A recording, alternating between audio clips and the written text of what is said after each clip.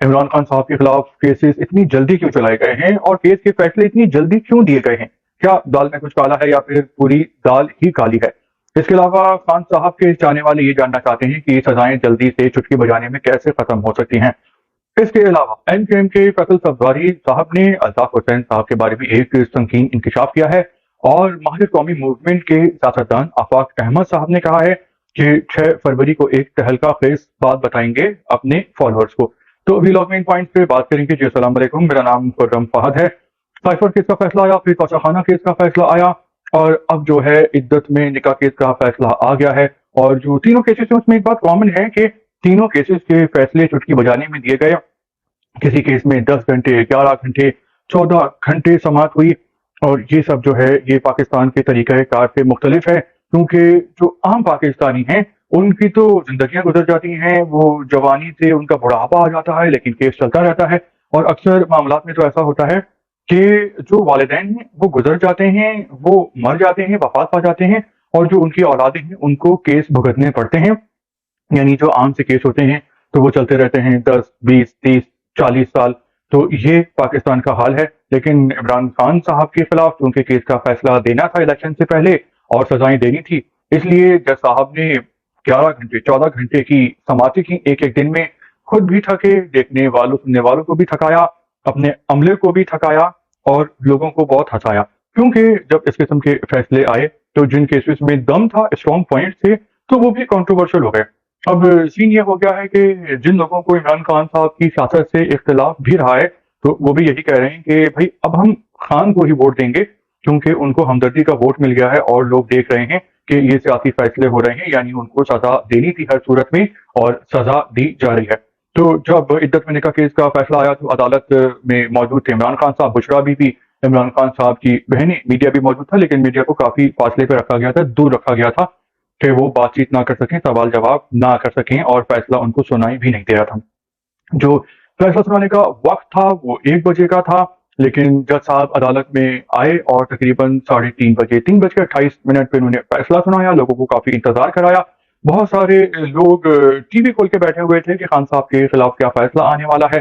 جج صاحب کا نام ہے قدرت اللہ نیازی، اور انہوں نے فیصلہ دیا، 7 سال قید کی سزا سنائی ہے عمران خان صاحب کو اور بشرا بی بی صاحبہ کو، اور جرمانہ بھی دیا ہے 5 لاکھ روپے، ان دونوں کو 5 لاکھ روپے جرمانہ دینا ہوگا۔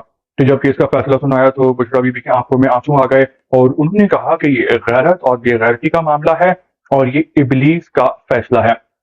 بشرا بی بی صاحبہ نے ہمیشہ ایک شاندار زندگی گزاری ہے، کیونکہ ان کے جو پہلے شوہر تھے خاور مانیکا صاحب، تو وہ بیوروکریٹ بھی رہے ہیں، ان کا جو خاندان ہے وہ سیاسی بھی ہے، ان کو وزارتیں بھی ملتی رہی ہیں پاس میں، اور وہ جاگیردار بھی ہیں۔